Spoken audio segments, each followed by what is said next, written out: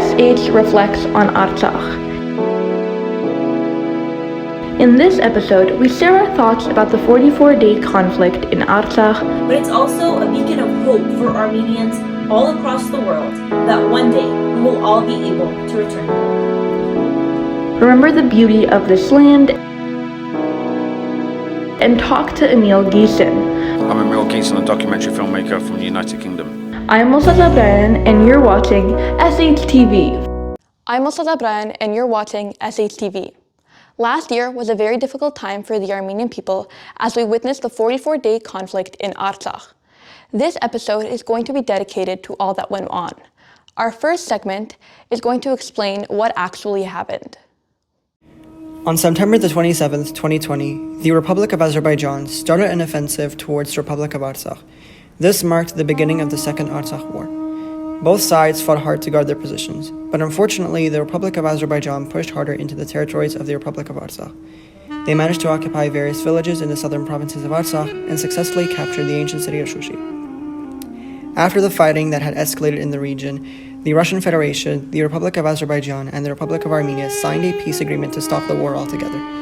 This treaty included the handover of 75% of all provinces of Artsakh, including the province of Karvajar and Agna. This concluded the Second Artsakh War, a tragedy to the Armenian nation. The Artsakh War was a tragedy. It affected all of us emotionally, physically, and mentally. The most agonizing of all was watching our soldiers give their lives for the love of their homeland. A year has passed, and our hearts are still heavy with sorrow. But one thing we are sure of is that as Armenians, we will survive again, we will build again, and we will continue to be proud Armenians. We gave the opportunity to former students at this school to express their thoughts on Artsakh. Here's what they said.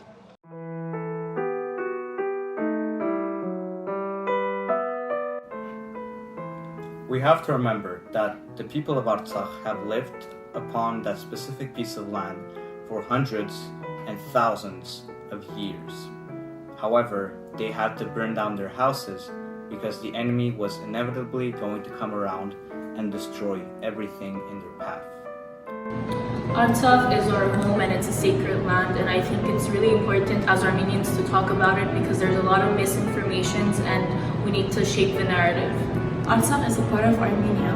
As an Armenian, it's a part of our identity and our history, and that's why we have to talk about it. Artsakh is my homeland. We should never stop talking about it, because if we don't, the others won't talk about it. We should be the voice of the unheard. We should encourage people to talk about it, and we should never stop. So the war in Artsakh in 2020 was a second cycle of genocide of the Armenian people in Artsakh. This was a genocide that went to all the eyes of the international community, and unfortunately, we did not make sure that everyone is aware of what happened on the ground. But today we're still here. The diaspora is still alive. The Armenians are still alive. They didn't succeed to make sure that all Armenians are out of the region. We will still remain in the region because we have a duty to defend our land, and we will make sure that the entire community around the world are aware of what happened, and we will make sure that we will restore the integrity of the territory that we lost in 2020. It feels almost impossible to try to describe what Artsakh means to me in such a short amount of time. But I think that's a testament to how so many Armenians all across the world feel about it. Artsakh is home. It's home to me and to some of the most hardworking, generous, and welcoming people I've ever come across. It is also home to some of the strongest and most resilient people I've ever met. People who simply want to be able to live in peace on their ancestral homeland. And that is exactly one of the many reasons why we should continue to speak out about Artsakh.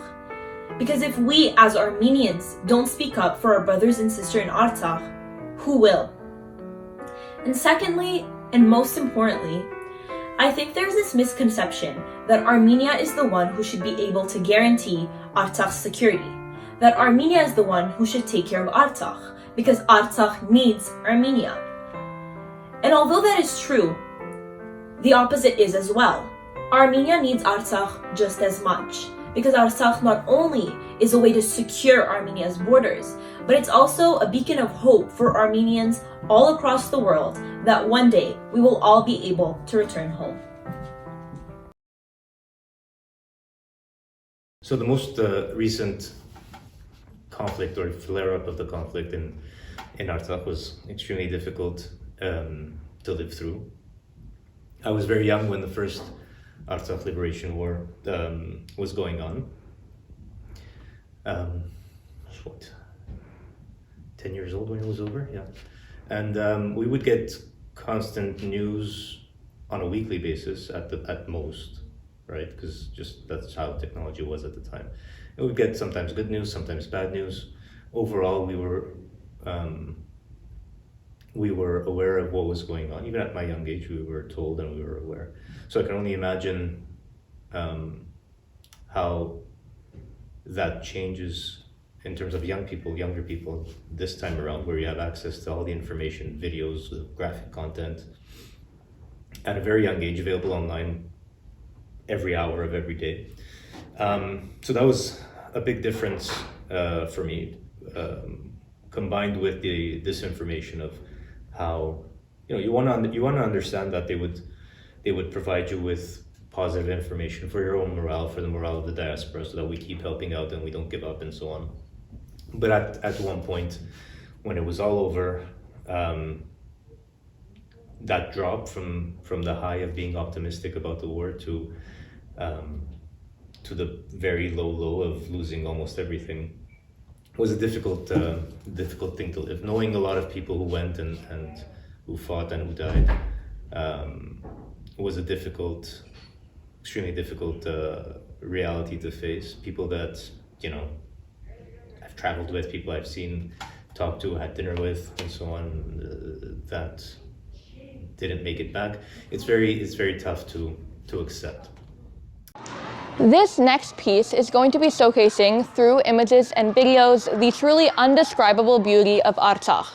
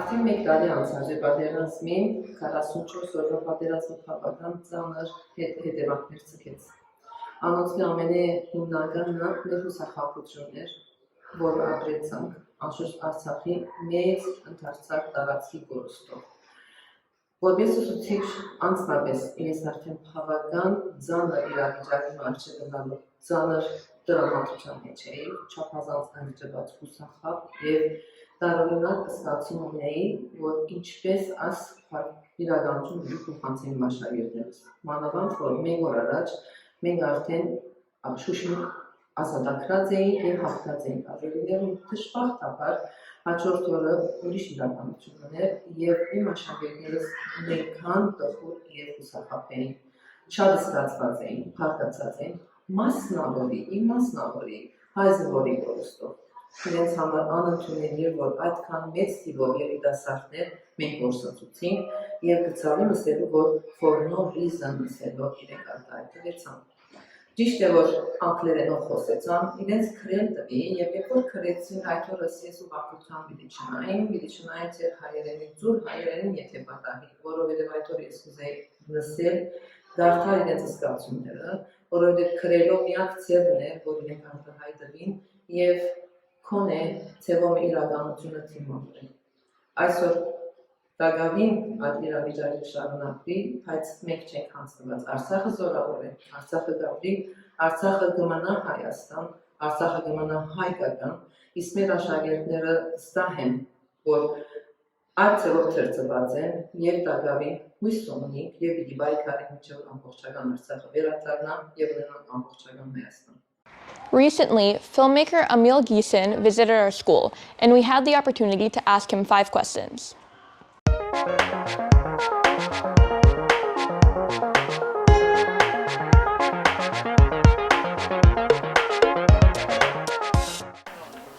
Hi, I'm Gordon Muratan with SHTV. Here I'm with a very special guest who's let us do an interview with him about his very special documentary. Can you please introduce yourself for anyone at home? I'm Emile Ghessen, a documentary filmmaker from the United Kingdom.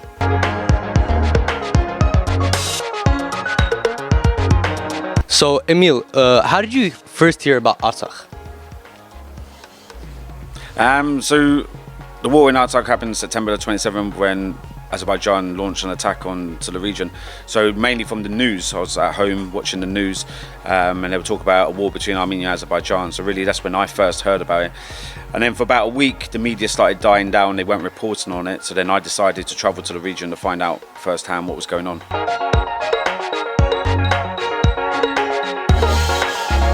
Do you think the people in the world should pay more attention to Artsakh? It's been an issue over Artsakh for many years. Since the 90s war, the situation has never been resolved.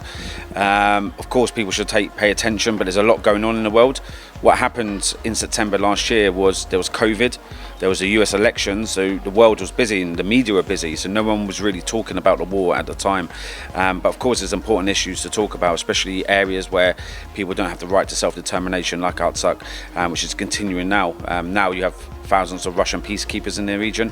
You have Azerbaijan that's taken over certain territories, so yeah, the world should be still talking about it.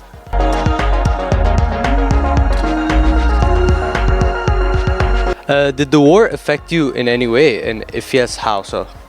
So I'm a former Royal Marine commander. I served in the British military for 12 years. I fought in Iraq and Afghanistan.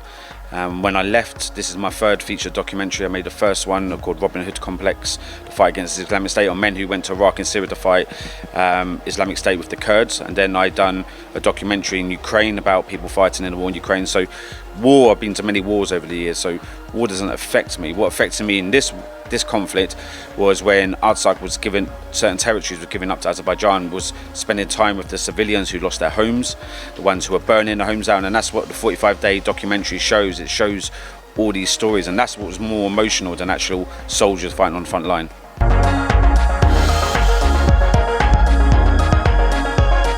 First of all, thank you for your service. Second of all, what is the message, the main message of your documentary? So the main message of 45 Days, The Fight for a Nation, is educational and awareness. So it's showing the humanization of war. So a lot of people think war is just soldiers fighting, but really there's many layers to war. We talk in this documentary about the drone warfare that was used by Azerbaijan and Turkey with Israeli drones. We talk about the human cost of war. We talk about mental health of the soldiers and also the families and everything else. So really it's a humanization that shows what happened. So people just see on the front line, they see soldiers fighting, but really there's so many different layers to the war and what happened, and that's what the documentary shows.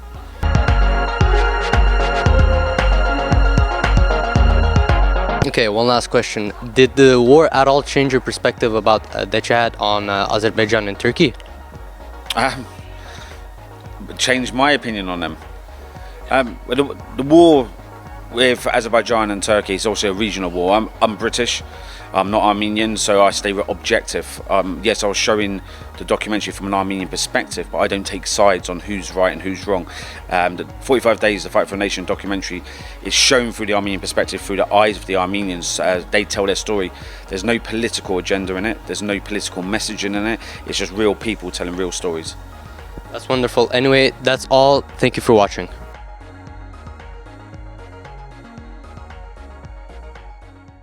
Good to meet you in the flesh. Yes, no, you too. I've seen you on your stories.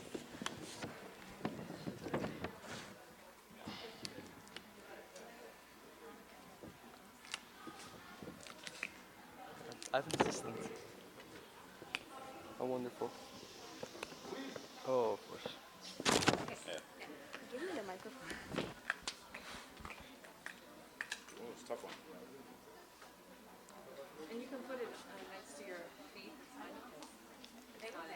About 25 years later, in 1996, in the amphitheater downstairs here at the school, we had a journalist come and show us a documentary she made about the first Artsakh War. It's called Gharapal's Wounds. Journalist's name was Svetlana Paskaleva, if I'm not mistaken, Bulgarian. And she came in, she showed us a documentary. It was a very touching documentary about the war itself, like which villages she went to during the fights, a lot of different soldiers and so on that she met, the aftermath in Stepanakert especially, and the other villages around Shushi.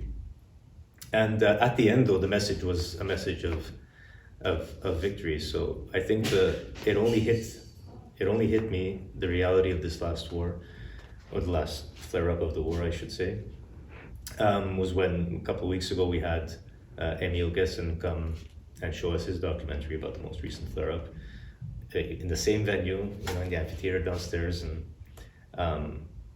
same context, except that it was a documentary to help us kind of resolve the fact that the outcome of this part of the war wasn't the same.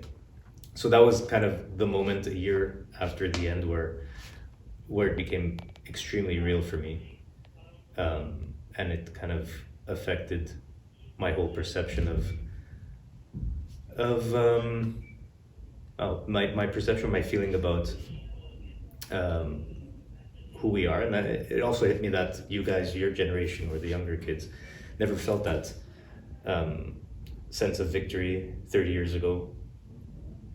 But also at the same time, you don't have to feel that difference between what it is to see a documentary about, winning a war and saving your people, and then in the same place, same kind of context, seeing the exact opposite. So you don't have to feel that drop as well. So I hope that what we take away from this is a lesson of how to be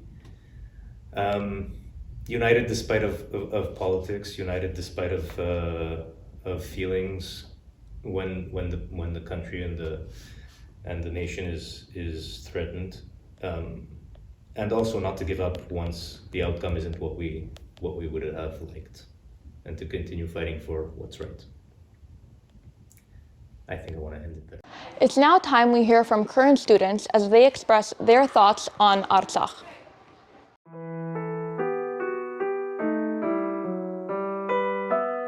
We need to talk about the Artsakh war and Artsakh in general, because it's a part of our identity and our history, cultural heritage, because we have been there since forever, and it's part of our land, and we need to talk about it and try to repair everything that happened. And it's really important for our community also to help our brothers and sisters there and do our best to make it a better place. My thoughts about Artsakh and the war are very similar to those of other Armenians. I think that what happened is very sad, and that what Azeris did to the Armenians, to us, is very disgusting. I do believe that we should remember that we've been through similar things and that we've always managed to tough it out, and that we are strong as people, and at the end of the day, we're not going to stop fighting, and I think we should always keep that in mind. The Artsakh War was and still is a very tragic event that took a toll on every single Armenian.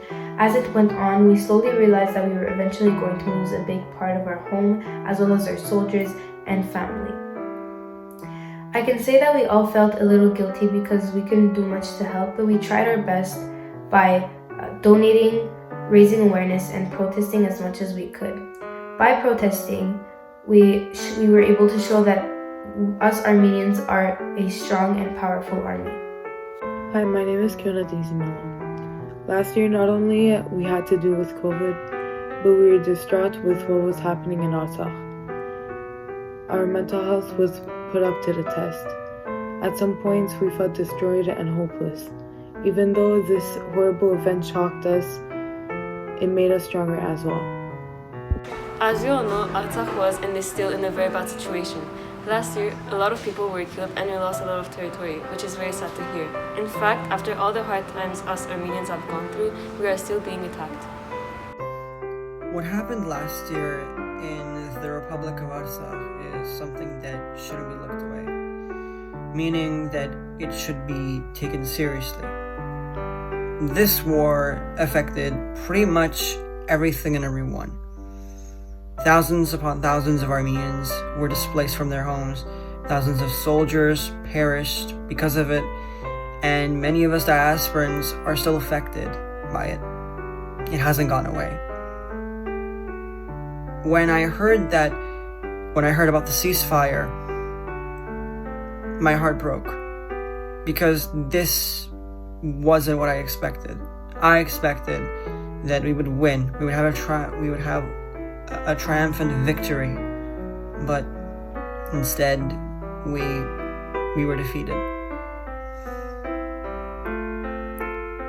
It is something that I never thought that I would live through, and I couldn't even imagine. Like, going through an entire war and seeing it happen right before your eyes and knowing that you can't do anything about it, it really hurts. Because we're talking about actual people. For many, they wouldn't care. They would just slip away from this entire situation. But no, this is really happening, and it took a long time to process that this is real. Even to this day, I still think that many of the cities that we lost are still part of Artsakh, because I refuse to believe. Well, for a long time, I refused to believe that this was real. It took an extreme amount of time to get over with it. And all I know is that it happened. Well, what happened. And I'm hoping that next year, or the year after that, or the year after that, we strengthen our army, we empower ourselves more, and make sure that this war is not over. This is just a battle. Next time, we'll be triumphant. The war in Artsakh last year really took a toll on every Armenian, and it was really hard. To be honest, it was really hard. Waking up one day finding out that a part of your homeland is gone is not really the news that you're looking for, and that's why it was hard. But during this sad situation and unfortunate situation, actually, there's one thing that was good. Us as Armenians, we came together to reach our goal, which was, what still is, to win back Artsakh and get our lands back. Although last year it didn't really happen, doesn't mean that we stopped fighting and doing stuff to achieve our goal. We're gonna continue our fight until we win and the enemy loses, because that's how it goes. We don't stop, we never stop. And it shows in history, we've never stopped fighting. And this time, it's not gonna be the time that we stop. A year later, the war on Artsakh still weighs heavily on many of us. Having been so hopeful, having it end the way it did was truly heartbreaking. But we must stay together, we must fight and stay strong so that we can overcome this. So when I heard the news, I was very stressed and I was very afraid, because for me it was a very difficult thing to process that Azerbaijan and Turkey were attacking on Armenian homeland in the midst of a global pandemic. I mean, who would do such a thing? We're in the middle of a big crisis. There's an entire shenanigan going on, and they just decide to attack us when we're barely surviving because of a virus. So I think that there's a certain humanity lacking in them. And for me, that is very sad because, well, it is our homeland, it is Armenia, and we couldn't protect it. And we lost sushi as well, which is one of the most important parts of Armenia and Artsakh. And losing sushi will change how we think of Artsakh because it is like the capital, the cultural capital of Artsakh. And not having that is very, very, well, it makes me very afraid of the future because I don't know what will happen. But for one thing, I am certain that I know one day, and the day will come, that we will take back Armenia and we will get a new independent and united Armenia. That I am sure of.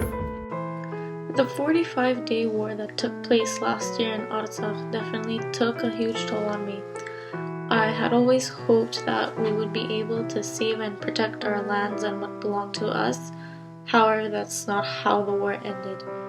I think that in these difficult times that we face, even a year later, unity among us Armenians is very important because together we have the power to take back what once belonged to us.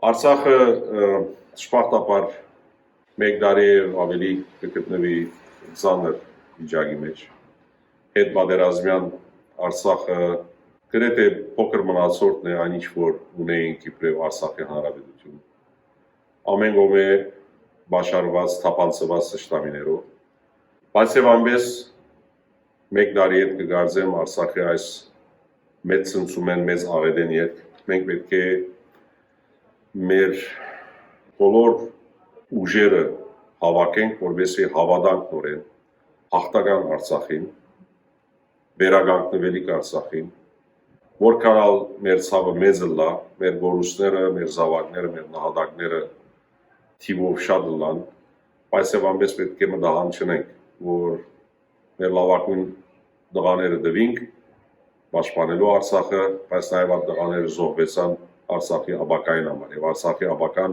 այսօրվա Արցախը չէ։ Ես հավատացած եմ, որ կվերագանքնենք այն ինչ որ կարելի է վերագանքնել եւ Արցախը անպայմանորեն բահել հայկական, բահել հայության, առանց որը մեկ ծևով ադրբեջանական կամ թուրքական լուծի դագլալ։ Այսօր մեր բայկարը գսկսինք այս գեդեն, այս հավատքով նախ մենք մեզ շտկելով, բայց ուշ կամ մանուկ մենք պիտի հասնենք խոն, որ Արցախը պետք է լա։ Հաղթական Արցախ, ապահով Արցախ եւ հայկական Արցախ։ During this troubling time, the principal of our school has been a beacon of strength to look up to. Now we're going to give her the opportunity to speak about this subject.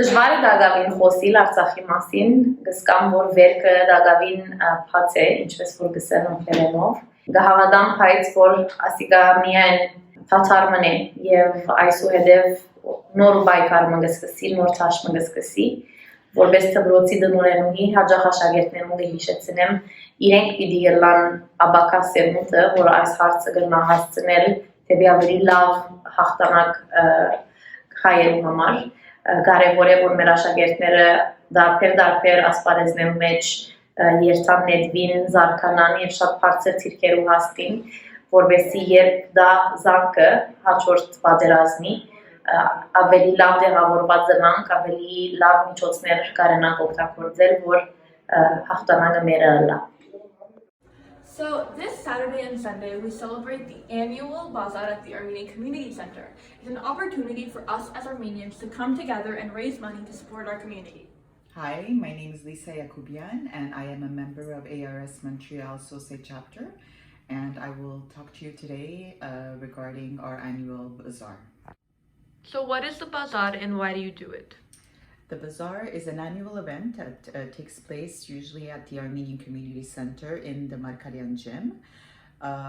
We basically get donated goods or baked goods also from our members, as well as clothing and other types of items that we sell. And 100% of the profits go towards École Arménienne sur Parole. What is your favorite part of Bazaar? I love how we all reunite and get to support our community together. I love how we get to see our old friends, our old teachers, and we have so much fun as volunteers. Thank you for watching SHTV. We now leave you with some of the sights and sounds of last year's protests in support of Artsakh.